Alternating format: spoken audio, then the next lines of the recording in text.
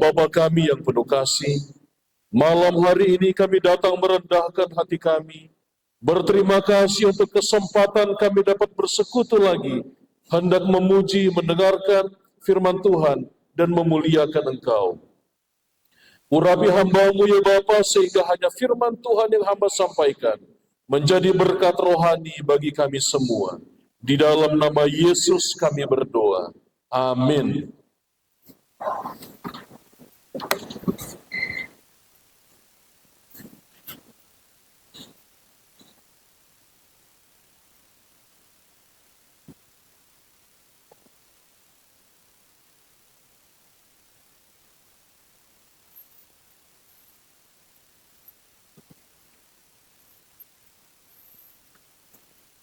Oke, selamat malam bagi kita semua. Wah, senang sekali rasanya ya. Kembali teringat di kampus inilah kami dididik di tempat dengan penuh keberhasilan, meskipun ya biasalah, mungkin agak lari-lari sedikit, tapi ujungnya berhasil. Yang penting selesai. Kenapa? Mungkin kalian bertanya adik-adik, kenapa saya hanya 2 tahun di sini? 99 sampai 2001, hanya 2 tahun, tapi menyelesaikan studi di sini. Karena saya pindah dari Kelabat University. Dari Universitas Kelabat tahun 96 sampai 98, 99 sampai 2001 di sini. Waktu itu orang tua pindah dari Sulawesi ke Bengkulu. Orang tua saya penginjil literatur. Jadi pindah dari Sulawesi ke Bengkulu. Itu sebabnya saya pindah dari Unklab dan tamat di tempat ini. Itu sebabnya bahasa Batak saya kurang fasih. Bahasa Manado saya sangat fasih. Bahasa Batak sedang belajar dari istri. Karena dia mengajari saya banyak soal bahasa Batak. Terima kasih banyak kesempatan. Sarsianipar, Sermalau, Serdolok Saribu, dan yang lainnya, ada Pak Ketua yang hadir bersama dengan kita, Pendeta Amron, dan yang lainnya. Kita percaya berkat Tuhan boleh kita rasakan pada saat ini. Dan ini semua berkat kebaikan Tuhan sehingga kita boleh bersama pada malam hari ini. Saya mau bertanya. Boleh tahu yang mengambil jurusan, oh ini SMP SMA juga ya? Oh, boleh tahu siapa yang SMP? Boleh berdiri. SMP. Ini bukan selesai makan pulang ya, SMP. Oh, oke. Puji Tuhan. Pak Pendeta masuk, duduk silakan. Pak Pendeta juga masuk kampus, masuk asrama SMP. Tapi di Mebali, Esela Mebali di Toraja. Yang SMA boleh berdiri. Semua yang SMA, oh di sini SMA, wah banyak sekali. Puji Tuhan. Berarti ini calon mahasiswa PTSN semua ya. Amin. Oke, yang mahasiswa kependetaan boleh berdiri.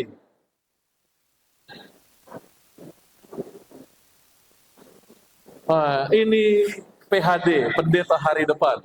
Silakan duduk. Saya akan bertemu dengan kalian hari Rabu, Pak ya. Hari Rabu. Mahasiswa ekonomi.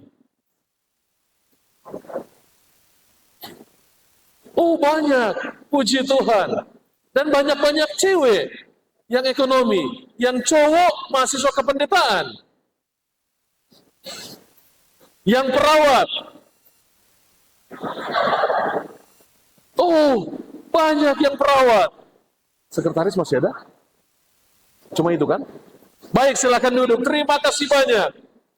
Senang sekali saya teringat seperti inilah dulu saya duduk seperti kalian. Oh, ada SMK. Oh iya betul, Sar Siregar waktu itu. SMK.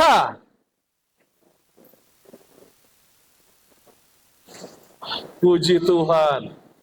Puji Tuhan. Senang sekali melihat kalian. Saya teringat seperti beginilah duduk saya dulu. Dan saya percaya kalian satu hari kelak akan berhasil, yang jurusan apapun itu, sehingga satu hari kelak kalian yang diundang bikin KKR di tempat ini. Amin. Baik. Kita akan belajar. Temanya adalah sekaranglah waktunya. Tapi judul kita pada malam hari ini adalah sekaranglah waktunya untuk percaya kepada Tuhan. Baik, saya akan membahas percaya kepada Tuhan mungkin dalam dimensi yang lebih membuat kita kiranya dapat lebih datang lebih dekat kepada Tuhan. Baik, kenapa saya harus percaya? Oke, saya ambil kata, ada dua kata untuk percaya. Satu trust, satu belief. Kenapa saya tidak ambil kata belief? Tapi yang saya mau ambil adalah kata trust. Nanti kita akan lihat. Iman tidak hanya mencakup belief, tetapi trust. Faith is the only condition upon which justification can be obtained. And faith includes not only belief, but trust. Tulisan Ellen White dalam Slated Messages, Book 1 halaman 389. Oke. Kita beriman kepada Yesus Kristus. Saudara yakin hal itu? Ketika saudara beriman kepada Yesus Kristus, iman itu ada dua. Belief dan trust. Dan saya ingin membawa hati saudara pada saat ini, sekaranglah waktunya untuk trust kepada Tuhan. Bukan hanya belief, tetapi trust kepada Tuhan. Baik. Ini keluarga kami. Tadi sudah disampaikan Pendeta Sian Nipar. Saya ini Kevin, kelas 3 SMP. Ini Kesia, kelas 3 SD. Masih kecil-kecil, masih panjang perjuangan kami, Sir. Masih panjang perjuangannya. Oke, ini ada kisah nyata. Rabbi Eliezer Silver. Setelah Perang Dunia berakhir tahun 1945, Rabbi Eliezer Silver bersama dua rabi lainnya ditugaskan oleh perkumpulan rabi yang ada di Amerika Serikat untuk pergi ke Eropa. Kenapa pergi ke Eropa? Kalian pernah nonton Holocaust Nazi Jerman terhadap orang Yahudi? Atau pernah baca setidaknya? Jadi mereka lihat semua orang Yahudi sudah mati, tapi mereka dengar di Perancis Selatan ada satu biara. Biara ini menampung anak-anak Yahudi yang orang tuanya sudah mati karena Holocaust Nazi. Ada film mengenai kisah ini, Schindler List, judul filmnya, Schindler List. Itu film sejarah yang difilmkan, bagus sekali filmnya. Jadi pada saat rabi ini datang ke sana, dia dengar katanya di Perancis Selatan ada biara. Dia pergi ke biara ini, lalu setelah dia lihat, oh Toho do HP, betul rupanya wajah-wajahnya wajah Yahudi, bukan wajah Eropa. Ini orang Yahudi. Lalu dia bicara sama kepala biara, bolehkah saya membawa pulang anak-anak saya ini? Lalu kepala biara bilang, are you sure ini anak-anak Yahudi? Ya, yakin. Dari mana kamu yakin? Wajahnya Yahudi banget. Dilihat dari Monas, begini cuma pakai sedotan kelihatan itu orang Yahudi. Lalu mereka panggil, Schwartz, maju Schwartz. Harusnya namanya kan Eliezer, Abraham, dan lain sebagainya. Tapi mereka sudah ganti nama anak-anak Yahudi ini menjadi nama Eropa. Sehingga tidak ada lagi nama Yahudi. Kalau Anda bisa buktikan bahwa mereka orang Yahudi, silakan bawa. Tapi bagaimana mau dibuktikan? DNA ya belum ada mungkin waktu itu.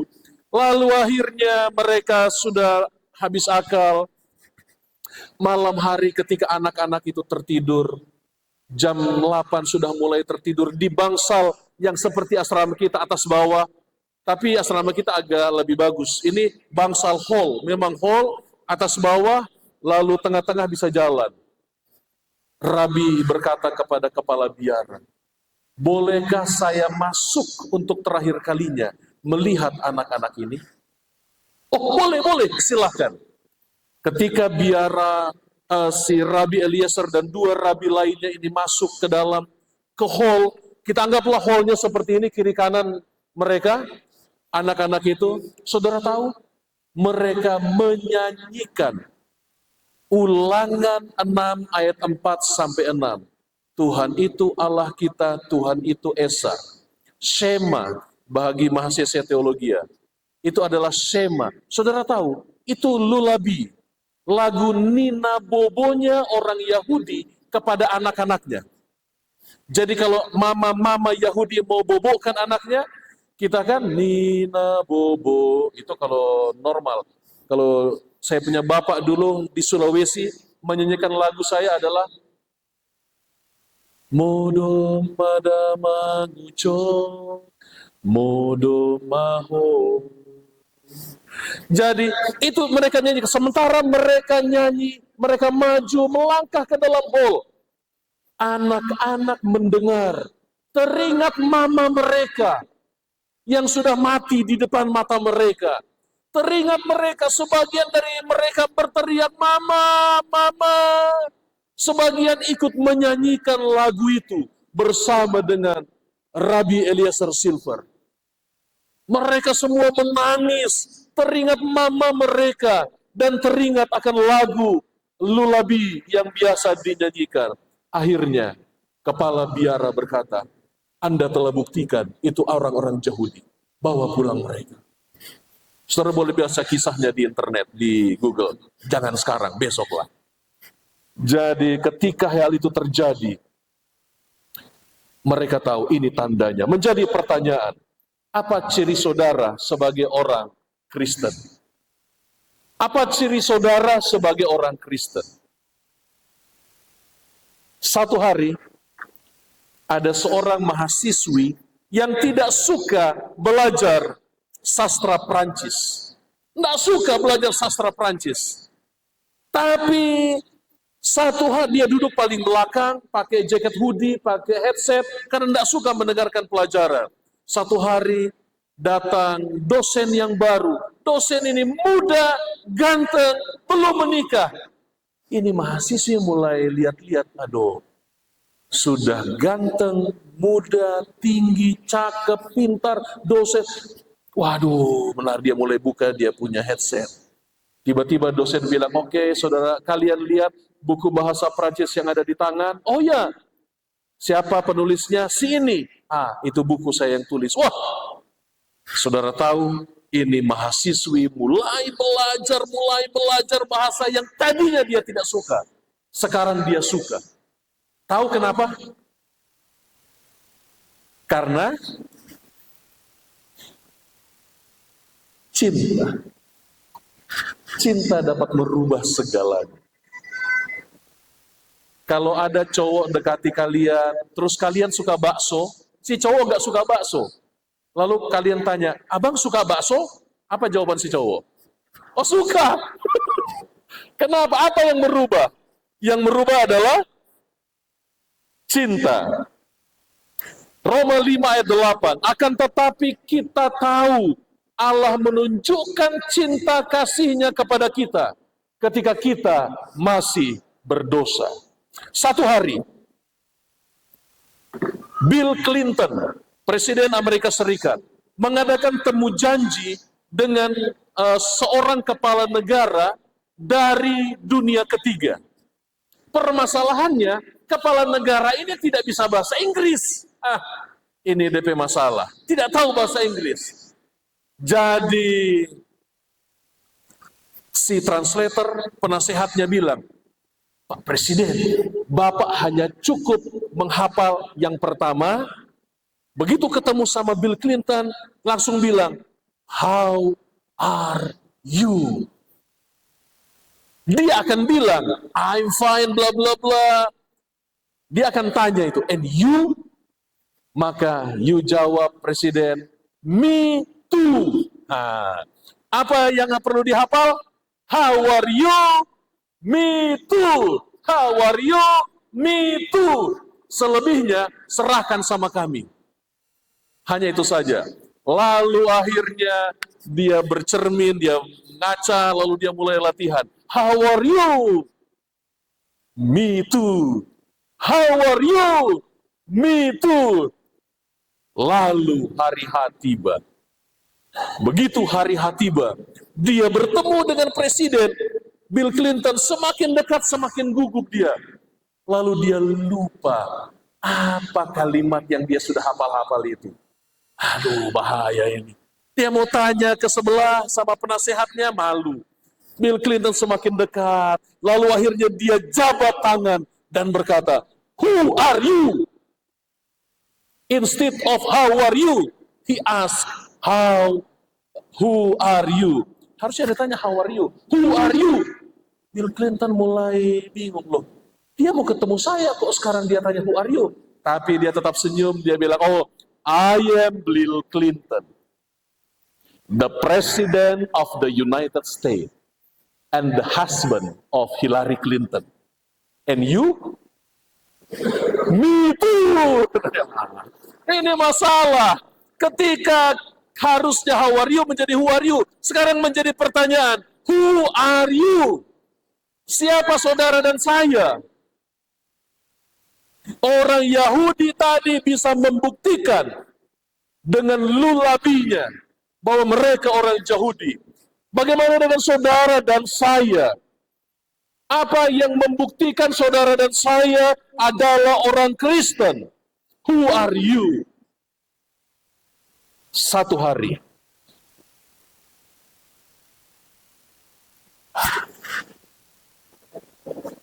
di panti jompo, kakek John yang sudah duda melihat nenek Miranda yang sudah janda. Weting Trisno Jalaran Sukokilino. Sering bertemu makanya bisa jatuh cinta. Jadi akhirnya kakek John mulai muncul percikan-percikan api cinta di hatinya.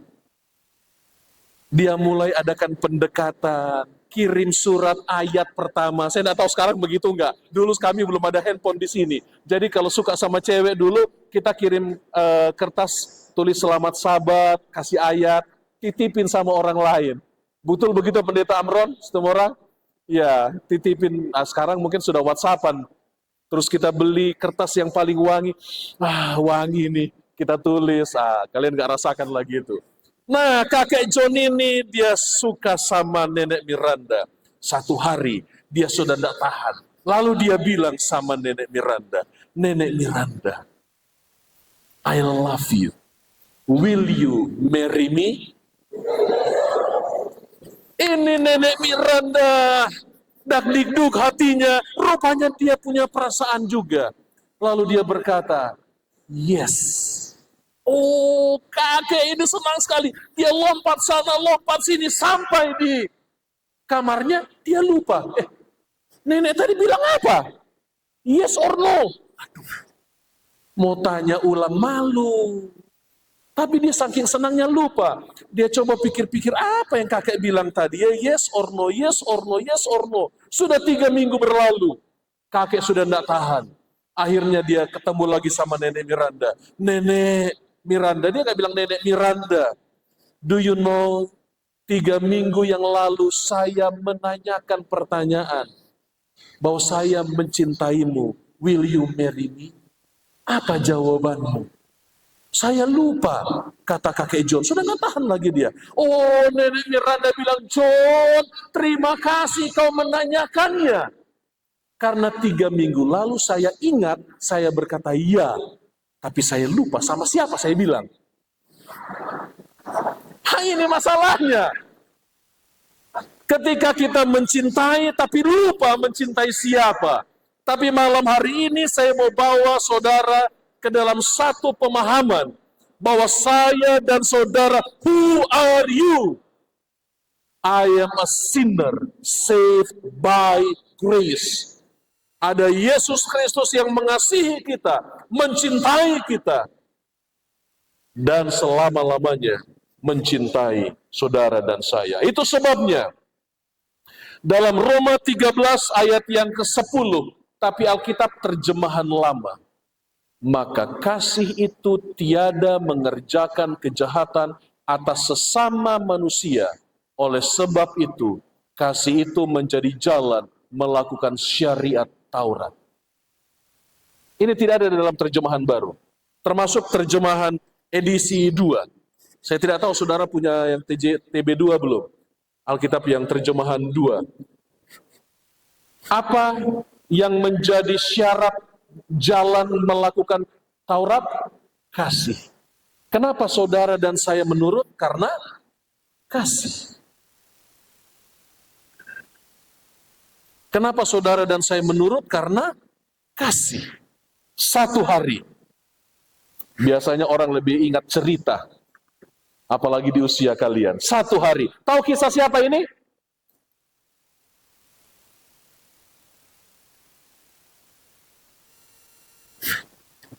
Gak ada yang tahu ya?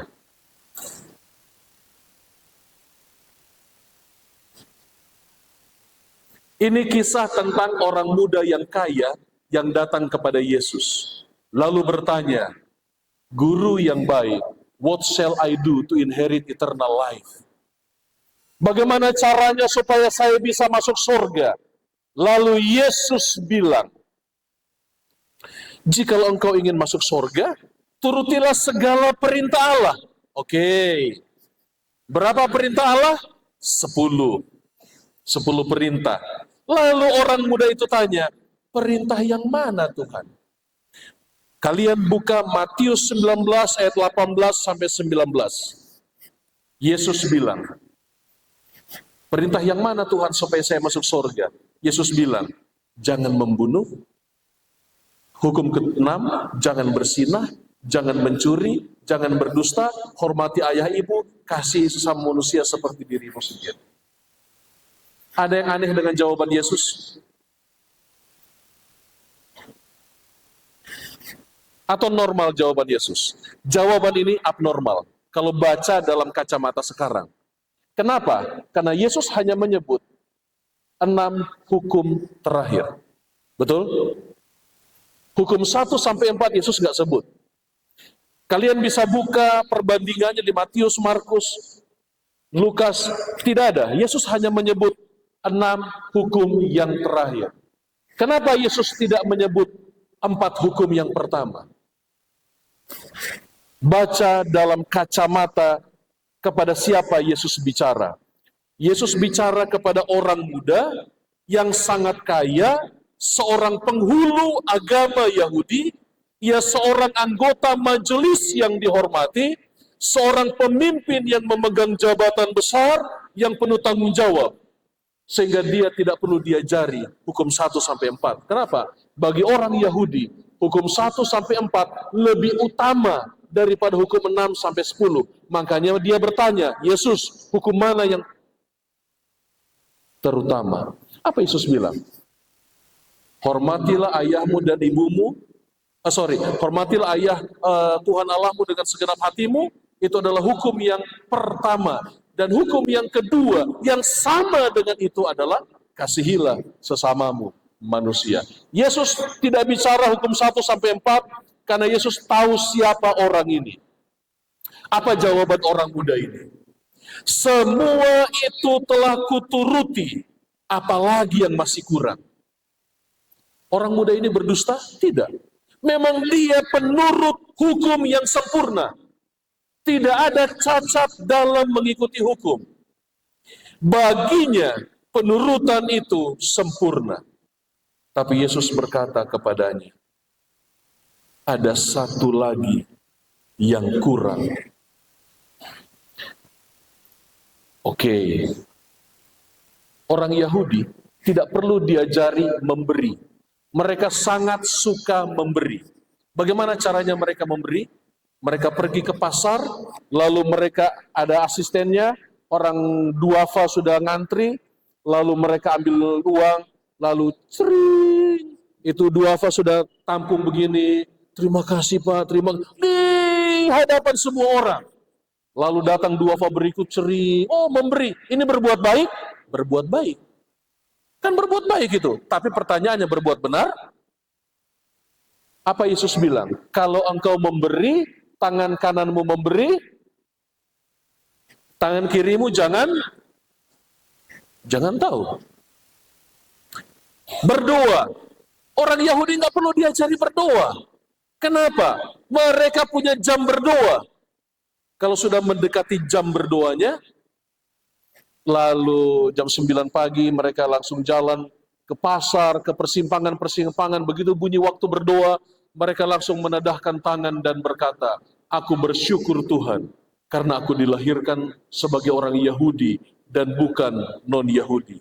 Aku bersyukur Tuhan karena aku dilahirkan sebagai seorang laki-laki dan bukan perempuan.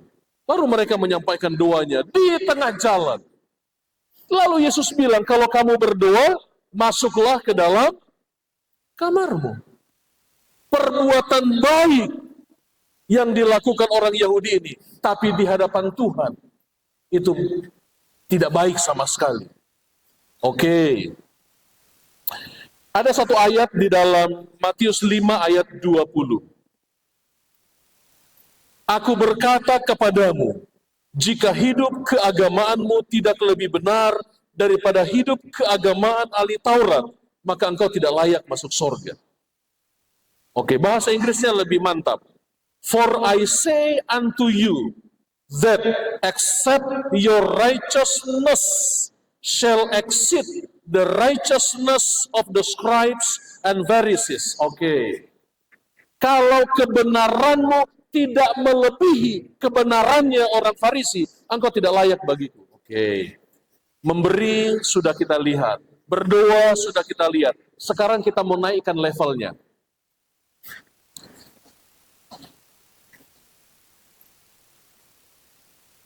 Kenapa saya tidak mencuri?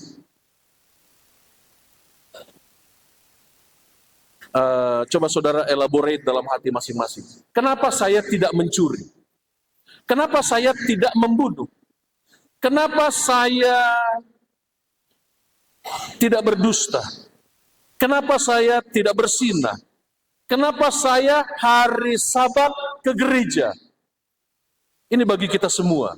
Coba kita pikirkan dalam hati kita, kenapa saudara dan saya ke gereja hari Sabat? Oh pendeta, karena ingat dan kuduskanlah hari Sabat, makanya saya datang ke gereja. Lalu apa bedanya saya dengan orang Yahudi yang ditolak Yesus? Dia juga memelihara hari Sabat, karena hukum keempat berkata ingat dan kuduskan hari Sabat. Kalau alasan saudara dan saya ke gereja hari Sabat, karena ingat dan kuduskanlah hari Sabat, apa bedanya saya dengan orang Yahudi itu yang ditolak oleh Yesus?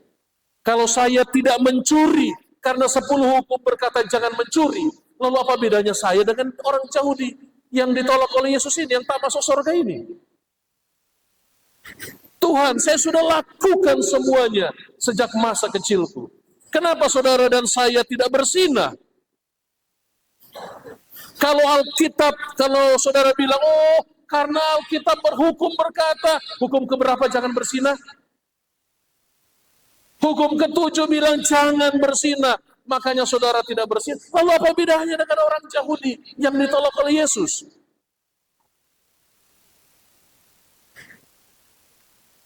Kalau hidup keagamaan kita seperti orang Yahudi, kenapa datang ke gereja hari Sabat? Oh, 10 hukum berkata hari Sabat. Ini hari yang benar, mari kita ke gereja. Lah apa bedanya dengan orang Yahudi? Ditolak oleh Yesus dia.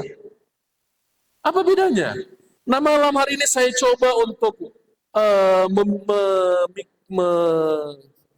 merestart kembali kita punya pemahaman sehubungan dengan hal tersebut. Oke. Tuhan Yesus mengatakan bahwa kebenaran orang percaya harus lebih benar daripada kebenaran ahli Taurat. Kebenaran saudara dan saya harus lebih benar daripada kebenaran ahli Taurat. Mereka menuruti hukum, tetapi seringkali melupakan inti hukum Taurat, yaitu kasih yang murni kepada Tuhan dan terhadap sesama manusia. Bisakah saya berbuat baik tanpa mengasihi orang itu? Bisa. Saya bisa berbuat baik dengan motif yang jelek. Bisa? Bisa. Bisa nggak saya datang ke gereja, motifnya bukan mau beribadah? Bisa? Bisa. Salah satu motifnya adalah karena absen.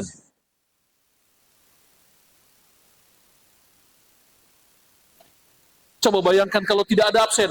Kampus mengeluarkan peraturan, tidak ada absen. Siapa yang mau tergerak hatinya ke gereja, silakan ke gereja. Berapa yang datang ke gereja? Kosong atau setengah atau semua datang?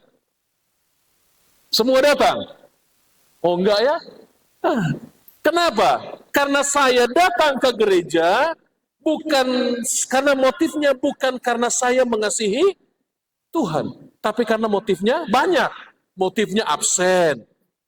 Motifnya adalah lihat cowok ganteng, lihat cewek cantik.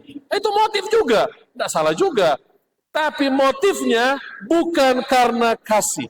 Ellen White bilang begini, Kristus membaca hati penghulu itu. Hanya satu perkara yang kurang padanya. Tetapi hal itu merupakan prinsip yang penting sekali. Ia memerlukan kasih Allah di dalam jiwanya.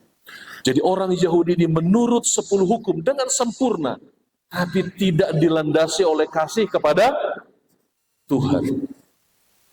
Tidak ada dilandasi oleh kasih kepada Tuhan. Seringkali kita lebih mempersiapkan pakaian, sepatu. Pakai sepatu apa besok ke gereja? Baju yang mana ke gereja? Kalau sudah kerja, mobil yang mana mau dipakai untuk hari Sabat? Dipersiapkan. Jadi hari Jumat adalah hari persiapan untuk besok hari Sabat. Supaya besok jangan beli bensin, jangan setrika baju, jangan jadi hal-hal yang lahiriah. Tapi lupa mempersiapkan hati untuk bertemu dengan Tuhan. Kenapa begitu? Karena saya datang ke gereja untuk menuruti hukum keempat. Ingat dan kuduskanlah hari Sabat. Karena saya orang Kristen, makanya saya menurut 10 hukum. Karena saya orang Advent, makanya saya datang ke gereja hari Sabat. Kalau masih itu alasannya, maka apa bedanya dengan orang Yahudi yang ditolak oleh Yesus? A.T. Jones, salah seorang pionir gereja Advent, menulis tahun 1890 begini. Saudara kuliah di situ, tahu bahasa Inggris semua ya. There are 3 types of Christian as they relate to a day of worship. Oke, ada 3 jenis orang Kristen. Tapi hanya 2. Pelihara hari Sabtu, Sabat dengan Minggu. Tapi tidak, ini bagus ini A.T. Jones. Dia bilang ada 3 jenis orang Kristen sehubungan dengan hari peribadatannya. Ada Sunday keepers, ada Saturday keepers, ada Sabbath keepers. The distinction between the last two is crucial to note. Anyone can be a Saturday keeper. After all, it is the right day. But it takes the indwelling of the Holy Spirit to be a Sabbath keeper. Only in loving relationship to the God of the universe do we discover the true meaning of the Sabbath. Ada orang yang datang ke gereja pelihara hari Sabat, ada orang datang ke gereja pelihara hari Sabtu.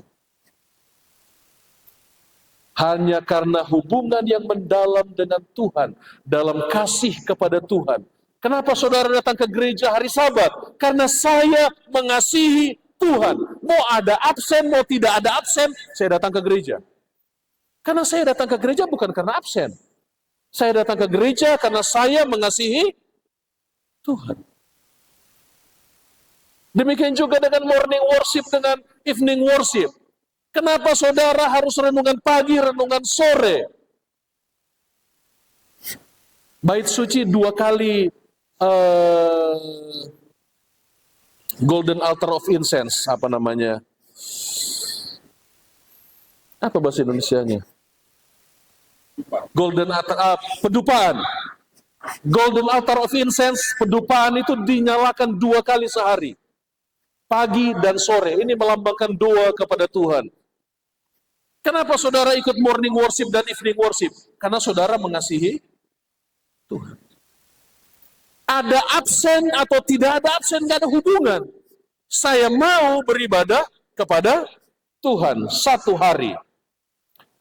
Pernah dengar kisah ini, Blondin menyeberang Niagara. Pernah dengar kisah ini? Ini kisah nyata, saya ambil dari 1 hari Blondin, dia nyebrang, ada pakai tali keseimbangan, kemudian dia pakai gerobak dorong, lalu dia bilang ada 100.000 orang nonton. Dia bilang, "Do you believe in me? I can pass this rope." Dari Amerika ke Kanada, kan itu dia punya tali. Oh, mereka bilang, "We believe in you, Blondin, we believe in you." Dia nyebrang. Dari sana dia teriak lagi kepada pendukung yang di sebelah sana, "Do you believe?" "Oh, we believe." Lalu setelah sampai di sisi sebelah sini, dia tanya lagi, "Do you believe in me? I can pass this rope." Oh, mereka bilang, "Oh, we believe in Blondin, we believe in Blondin." Lalu dia bilang, "Do you trust me?" Semua mulai terenjak. "If you trust me, naik ke dalam lori yang saya dorong ini." Ada yang mau? Tidak ada. Kecuali orang yang sangat percaya kepadanya. Namanya adalah Harry Colcord. Dia sangat mengenal Blondin. Dia masuk ke dalam gerobak itu dan didorong masuk ke sisi Kanada. Semua orang bisa berbilang, "I believe in God." Pertanyaannya, do you trust in Him? Saya percaya Tuhan. Kalau saudara percaya, itu beda dengan trust. Tapi kalau saudara trust, apapun yang terjadi, I trust in Him. Sehingga ada absen dengan tidak ada absen, saya datang ke gereja. Nggak ada hubungan absen dengan kehadiran saya di gereja. 2 tahun lalu saya presentasi ilmiah di salah satu kampus kita, anak saya sebutkan. Di kampus ini tidak ada absen, tapi kampus Advent tidak ada absen. Saya tanya terus, ya datang ke gereja katanya. Kalau mereka datang, tapi gereja hampir selalu penuh. Kecuali yang bukan Advent, jarang mereka datang ke gereja. Tapi yang Advent, mereka datang tanpa diabsen. Saudara, kalau saya dan saudara percaya kepada Tuhan, maka saudara dan saya tidak akan ragu. Jadi, sepanjang 1 pekan ini, kita akan belajar didasari pada ini.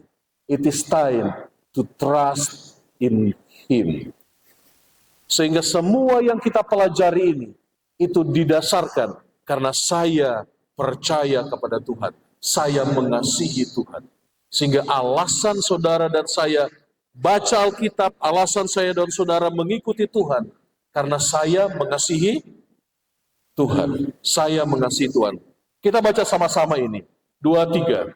Maka kasih itu tiada mengerjakan kejahatan atas sesama manusia. Oleh sebab itu, kasih itu menjadi jalan melakukan syariat Taurat. Apa alasan saudara dan saya menurut? Kasih. Kiranya sepanjang hidup kita di atas dunia ini, kita selalu ingat. Ketika saudara ingat kisah Bill Clinton, "Who are you?" Saudara ingat, saya adalah orang yang mengasihi Tuhan. Sehingga setiap hari perbuatan kita, tingkah laku kita, senyuman kita, karena kita mengasihi Yesus Kristus. Tuhan memberkati kita. Saya bawa di dalam nama Yesus. Amin.